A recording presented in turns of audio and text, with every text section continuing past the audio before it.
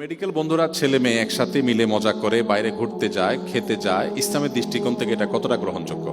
এই প্রশ্নের উত্তরে আপনারা একজন প্রখ্যাত একজন বিজ্ঞানীর একটি উক্তি আপনারা আমার চাইতে আরো ভালো জানার কথা, যে তিনি বলেছিলেন একজন ছেলে এবং একজন মেয়ে কখনো বন্ধু হতে পারে না। আপনি বলবেন, না ভাই, আমার মনে কোনো বাজে চিন্তা নেই, আপনি এত হুজুর মানুষের সাথে খারাপ চিন্তা কেন করেন? আপনারা হুজুররা যে কোনো কিছুকে এত খারাপভাবে দেখার কারণটা কি? আপনার মনে কোনো খারাপ চিন্তা আসছে না, আমি আপনাকে সত্যবাদী বলে বিশ্বাস করলাম। আপনি অসুস্থ আমি এটা মনে করলাম না, আমি মনে করলাম আপনি সুস্থ, বাট আপনার মনে খারাপ কোনো চিন্তা আসছে না। এই না আসাটা এটা চূড়ান্ত না। একটা সীমিত সময় পর্যন্ত হয়তো আপনার মনে খারাপ কিছু আসছে না, কিন্তু একটা সময় আসবে, একটা সময় আসবে। শত সহস্র ঘটনা আমাদের চতুর্দিকে ঘটে থাকে, যে ঘটনাগুলোর দিকে তাকালে, যে ঘটনাগুলোকে স্টাডি করলে আমরা দেখব যে দিনের আলোর মতো পরিষ্কার আল্লাহ রাব্বুল আলামিন নারী পুরুষকে একজন আরেকজনের প্রতি আকৃষ্ট হবে সেভাবে সৃষ্টি করেছেন। সৃষ্টি এভাবে, প্রকৃতি এভাবে। অতএব আপনি এখানে যদি ভালো সাজার চেষ্টা করেন যে না, আমার মনে খারাপ কোনো চিন্তা আসে না, তাহলে আপনার ডাক্তার দেখানো দরকার। আপনি যদি বলেন যে আমার খারাপ কোনো চিন্তা আসে না, তাহলে হয় আপনি মিথ্যাবাদী আর না হলে অসুস্থ, দুটার একটা। আপনাকে অবশ্যই মানতে হবে যে আপনার মনে বাজে চিন্তা আসতে পারে, এই মুহূর্তে নাই, আমি সেটা মানতে পারি, কিন্তু আপনার মনে কখনো বাজে চিন্তা আসবে না, কখনো খারাপ চিন্তা আসবে না। না আপনি মনে করেন যে একটা ছেলে একটা মেয়ে খুব ভালো বন্ধু হতে পারে, সেখানে বা এই জাতীয় কোনো জিনিস মাথায় আসবে না, এটা মিথ্যা কথা, এটা কখনো সত্য হতে পারে না। আল্লাহ ভাবে সৃষ্টি করেন নাই, প্রকৃতি ভাবে করে নাই।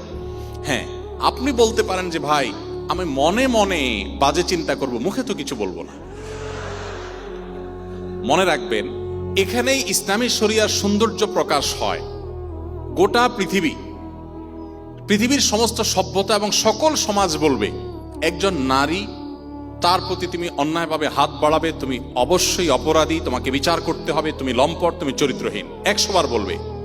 পৃথিবীর কোন সভ্যতা আপনাকে বলবে না একজন নারী তার সৌন্দর্য দেখে তাকে মনে মনে আপনি করছেন, আপনি মনে মনে করছেন, মনে মনে তাকে নিয়ে নোংরা চিন্তা করছেন, মনে মনে আপনি তার সাথে ব্যভিচারে লিপ্ত হয়েছেন। পৃথিবীর কোন সভ্যতা, কোন সমাজ বলবেন আপনি খারাপ মানুষ, বলবে তুমি আস্ত একটা ফেরেশতা, তুমি তো কারোর দিকে হাত বাড়াও নাই।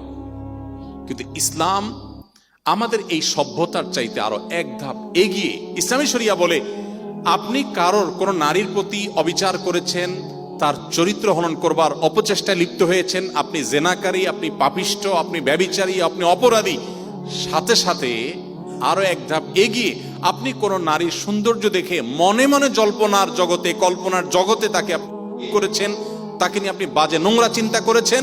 নবী সাল্লাল্লাহু আলাইহি ওয়াসাল্লাম বলেছেন জিনাল আইনি আন নজর, তুমি অন্তরে যে তাকে নিয়ে বাজে চিন্তা করলে বা চোখ দিয়ে যে খারাপ দৃষ্টিতে তার দিকে তাকালে, এর কারণে তুমি আল্লাহর খাতায় জেনাকারী হিসাবে, ব্যভিচারী হিসাবে তোমার নাম লেখা হয়ে গেল।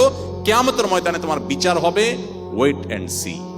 ভাইরা আমার, ইসলাম আমাদেরকে যে সুমহান জীবন ব্যবস্থা দিয়েছে, এটার বিপরীতে বহু এক্সপেরিমেন্ট পশ্চিমারা করেছে, পৃথিবীর বিভিন্ন দেশ বিভিন্ন সভ্যতা করেছে। সবাই একটা পর্যায়ে এসে আবার বাস্তবতায় ফিরে আসতে বাধ্য হয়, নিরুপায়। কারণ প্রকৃতি, আল্লাহ সৃষ্টি এভাবে, এর বাইরে কোনো সিস্টেমে মানুষের উন্নতি থাকতে পারে না। এই জন্য ছেলে মেয়ে একসাথে যদি পড়াশোনা করতেই হয়, তাহলে সেক্ষেত্রে অবশ্যই স্বকীয়তা বজায় রেখে শরিয়ার পর্দার বিধিবিধানগুলোকে সর্বোচ্চ গুরুত্ব দিতে তারপর আমাদেরকে মেনে চলতে হবে। এটা আমাদের কল্যাণার্থে। এটা মেনে চললে যে আল্লাহর কোনো লাভ তা না, আমাদের সুবিধা, আমাদের লাভ, আমাদের সামাজিক শান্তি শৃঙ্খলা এগুলো বজায় থাকবে।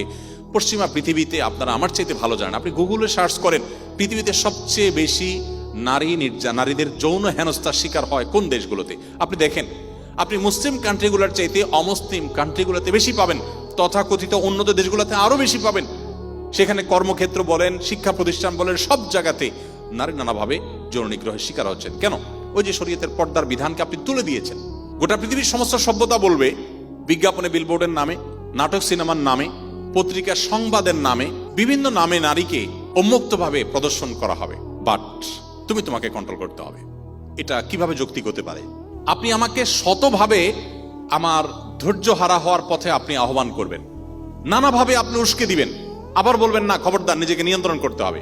ইসলাম বলে তুমি তোমাকে নিয়ন্ত্রণ করতে হবে। আর তোমার নিয়ন্ত্রণ করার সুবিধার্থে ইসলাম অনেকগুলো বাদ দিতে বলেছে। মেয়েদেরকে বলেছে তোমরা শালীন পোশাকে থাকো, পর্দা করো। ছেলেদেরকে বলেছে তোমরা দৃষ্টিকে সংযত করো।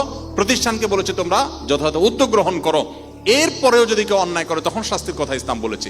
তাহলে ইসলাম অন্যায়ের আগে থেকে পথ দিতে বলেছে, বাদ দিতে বলেছে।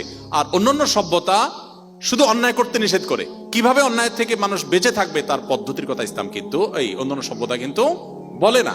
অতএব একজন মুসলমান হিসাবে এই জায়গাটাতে আমাদের ক্লিয়ার থাকতে হবে।